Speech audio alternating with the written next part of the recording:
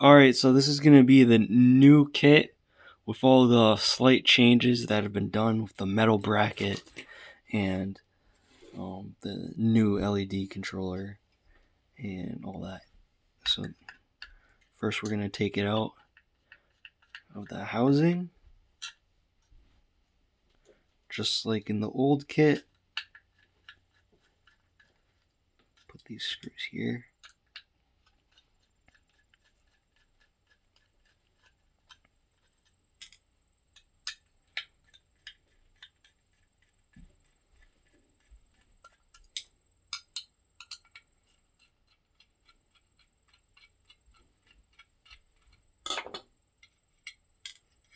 Take this out.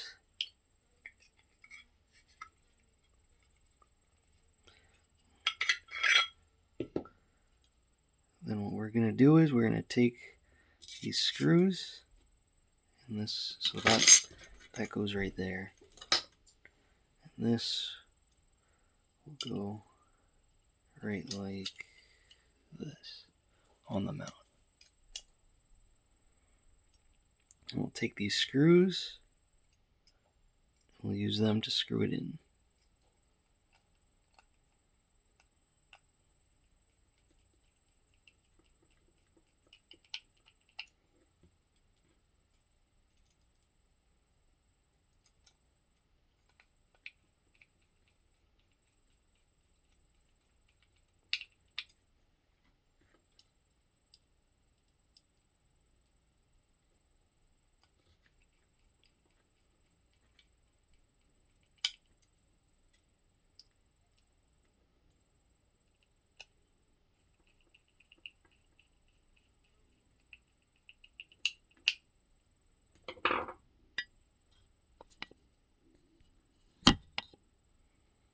And once that's good, then we'll put the thermal pad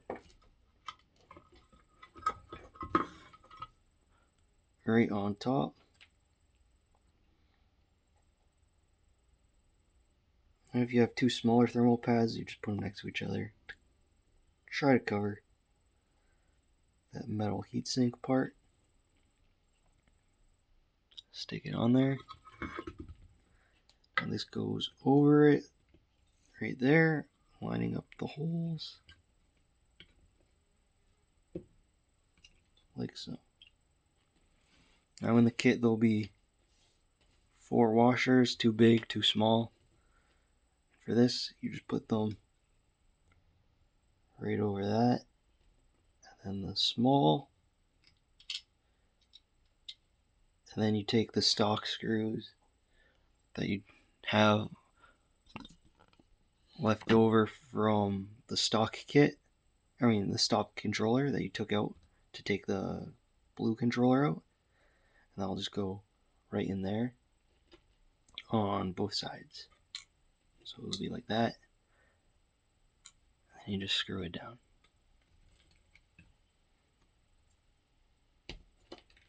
This is just for demonstration, so I'm not screwing that down right now.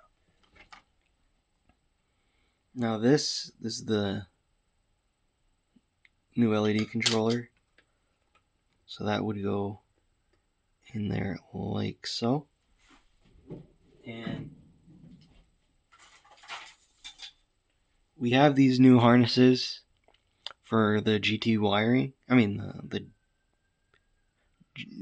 PH wiring harnesses.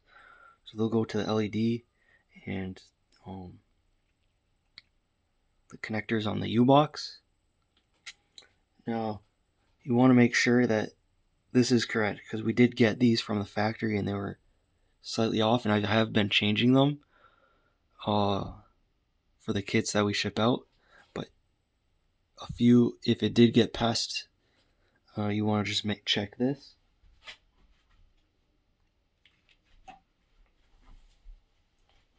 You want to make sure this orange wire, it should go in to this second position. Not the last one, but the second to last one. And then these wires right here, this green and white wire. If the white wire is next to the white wire, you want to take these green and white wires and then switch them.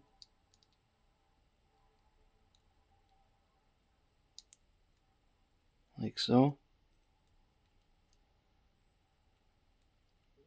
Now it should be switched in most of the kits I sent out, but if I missed it, then that's what now you know what you need to do. And this just goes in here, because it's the only spot it'll fit. And this goes right here for the on-off button switch.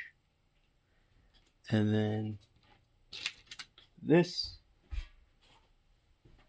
alright,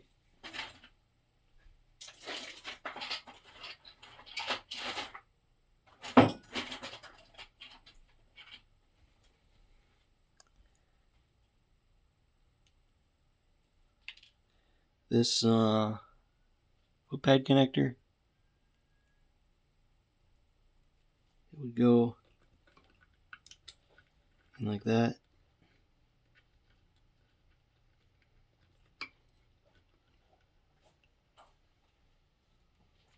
And these 4 wires go into that foot pad connector.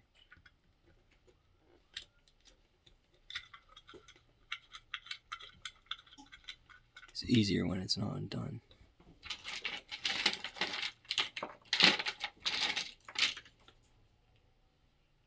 Like so. Now if you're confused, if something messes up, you have the pin out on the back of the foot pad connector right there.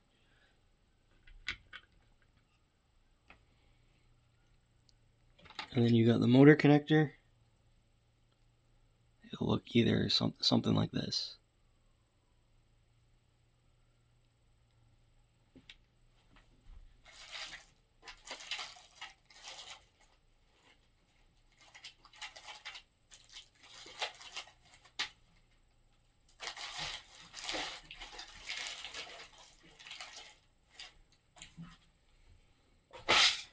Now you just plug the 6-pin connector. There should only be one in your kit, so not much to mix up.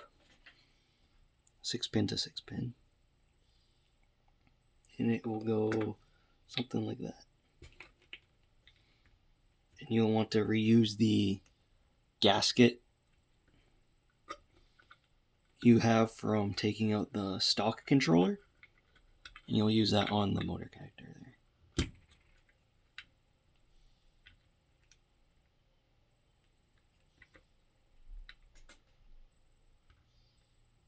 That goes like that. And this will go right in here.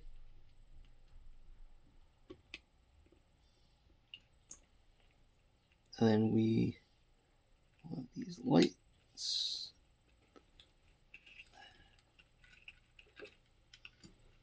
This goes right into the lighting LED controller board.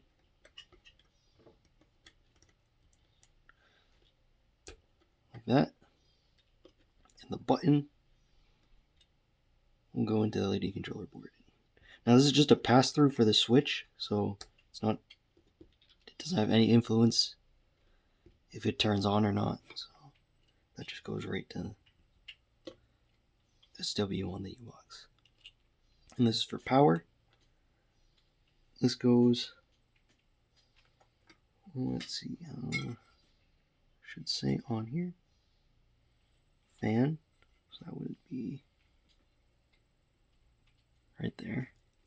So that is this one. There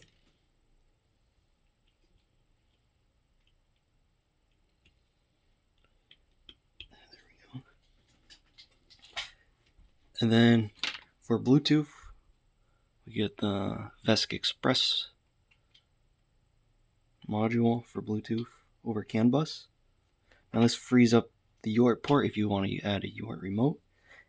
And in the future, it'll be able to also do pub mode, so it'll be the receiver, so you won't need a separate receiver for a remote.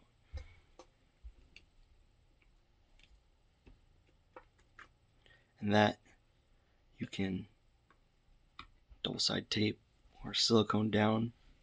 Right here is a good spot because it's away from the phase wires and battery wire,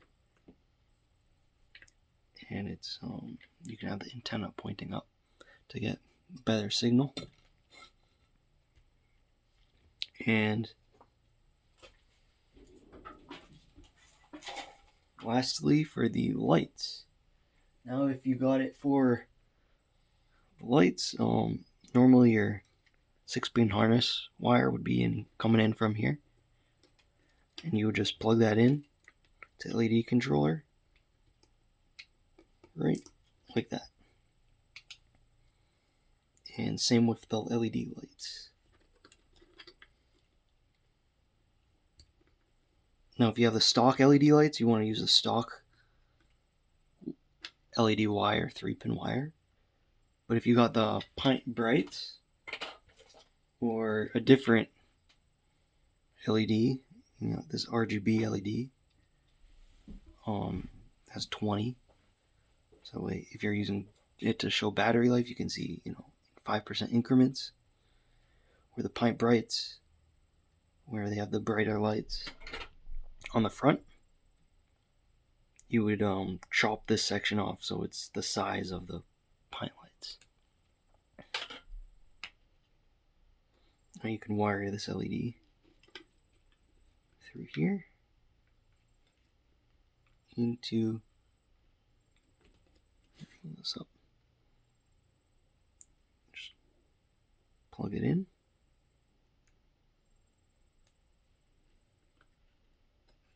And this will go under all these big wires and right in there, and you can secure it down with the LED post thing.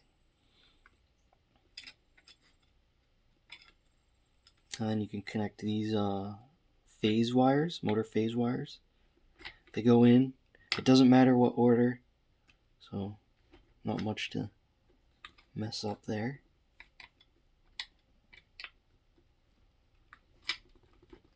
There we go.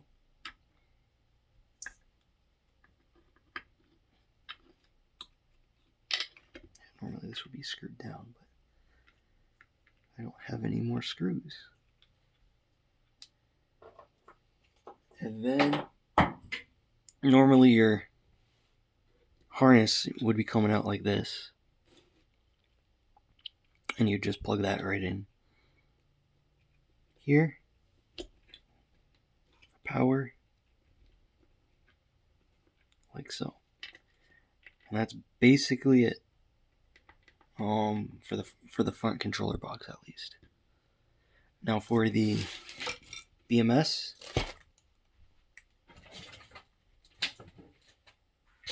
you do have to solder the fuse onto the BMS if you're using the stock BMS.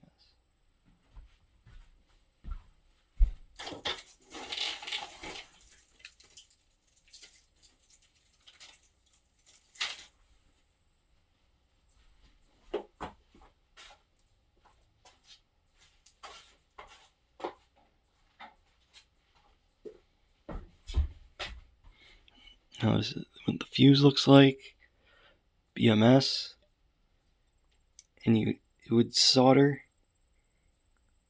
right on there, like that.